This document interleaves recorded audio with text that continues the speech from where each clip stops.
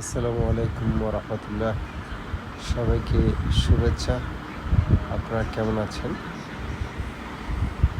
আমি ভালো আছি। আজকে যেটা আপনাদের দেখাচ্ছি সেটা হলো চট্টগ্রামের ঐতিহ্যবাহী বায়েজিদ বুস্তামি রহমতুল্লাহ আলাইহির মাজারের সামনে পুকুরে একটা দৃশ্য, যেখানে বহু বছরের ঐতিহ্যবাহী এই পুকুরের মধ্যে রয়েছে কচ্ছপ, বিভিন্ন ধরনের বড় সাইজের বিভিন্ন সাইজের কচ্ছপ রয়েছে সেখানে।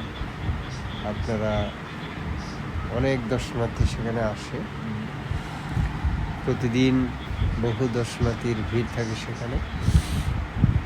কেউ তাদেরকে খাওয়া দিচ্ছে এবং তারা নির্ভয়ে সেখানে আসছে।